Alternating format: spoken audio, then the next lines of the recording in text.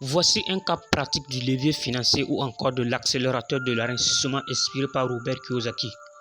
Prenons deux exemples, Paul et Pauline qui veulent acheter un bien immobilier locatif à 200 000 euros, tout en sachant que Paul et Pauline ont tous un capital de 200 000 euros également.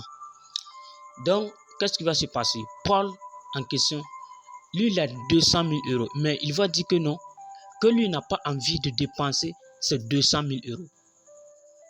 Paul, le bien immobilier locatif coûte 200 000 euros. Mais Paul va dire que non, lui veut le bien, mais il ne veut pas dépenser 200 000 euros. Il veut dépenser 50 000 euros. Qu'est-ce qui va se passer? Paul va enlever 50 000 euros dans ces 200 000 euros, aller déposer à la banque. C'est-à-dire il va prendre ces 50 000 euros, aller déposer à la banque. Et puis demander à la banque maintenant de lui faire un prêt de 200 000 euros. Il va montrer à la banque ses plans d'action. Il va montrer que c'est un immobilier locatif. Voici le loyer. Le loyer est à 100, peut-être 100 euros par mois. Donc, à chaque fois que si je reçois les loyers 100 euros, je vais enlever 50 euros ou bien 80 euros pour vous reverser. Donc, la banque va emprunter Paul 200 000 euros, tout en sachant que Paul a toujours 50 000 euros qui est à la banque et 150 000 euros qui est quelque part là, je ne sais pas. C'est-à-dire, c'est comme si Paul, en réalité, il n'a pas touché à son argent. Cette stratégie a été inspirée par Robert Kiyosaki. Suivez jusqu'à la fin. C'est-à-dire, Paul, il va prendre ces 200 000 euros. Il ne touche pas à ces 200 000 euros. Il va les répartir. Mais il ne va même pas toucher à ces 200 000. C'est toujours son argent. Son argent l'appartient. C'est-à-dire, la banque va l'emprunter 200 000 euros. Il va aller payer, acheter l'immobilier locatif et puis donner le loyer à 100 euros. À chaque fois qu'il va recevoir 100 euros, il va enlever 80 euros, bien 50 euros, aller donner à la banque. Mais Pauline, en question, lui, il ne connaît pas la gestion financière. Lui, il va prendre tous ces 200 000 euros, aller payer le bien immobilier. Pauline, lui, prend tous ces 200 000 euros, aller payer le bien immobilier et il laisse le location qui est à 100 euros. Donc, qu'est-ce qui va se passer au fil des années? Donc, Paul, lui, il a 200 000 euros et il répare ces 200 000 euros en 4 parties. 50 000 euros dans une banque, un autre 50 000, un autre 50 000, un autre 50 000. Donc, il va prendre, à chaque fois qu'il a un 50 000 euros dans une banque, Paul va demander à la banque de lui donner 200 000 euros. Donc, au fil des années, Paul aura 4 biens immobiliers locatifs. Imaginez vous-même, il a 200 000 euros, il prend 50 000 euros, il part donner à la banque et la banque lui fait un prêt. Il lui reste encore 150 000 euros. C'est-à-dire qu'il peut répéter la même opération 3 fois.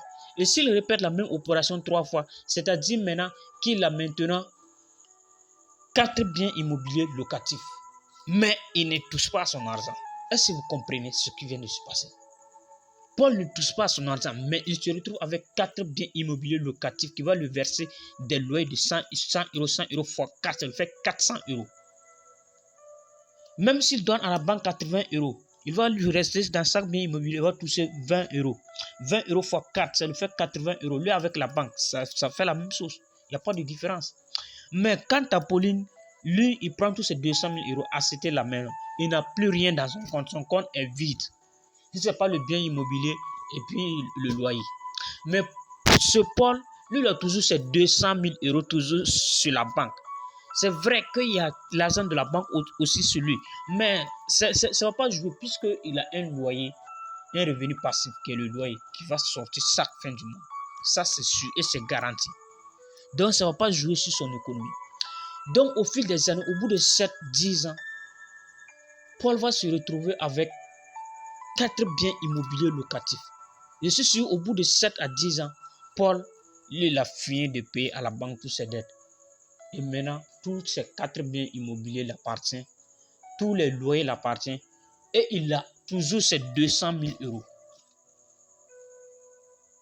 Alors que Pauline, lui, il a un revenu de 100 euros uniquement. Alors qu'au fil des années, Paul, lui, il a 100 euros fois 4, ça lui fait 400 euros qu'il génère avec 4 biens immobiliers locatifs.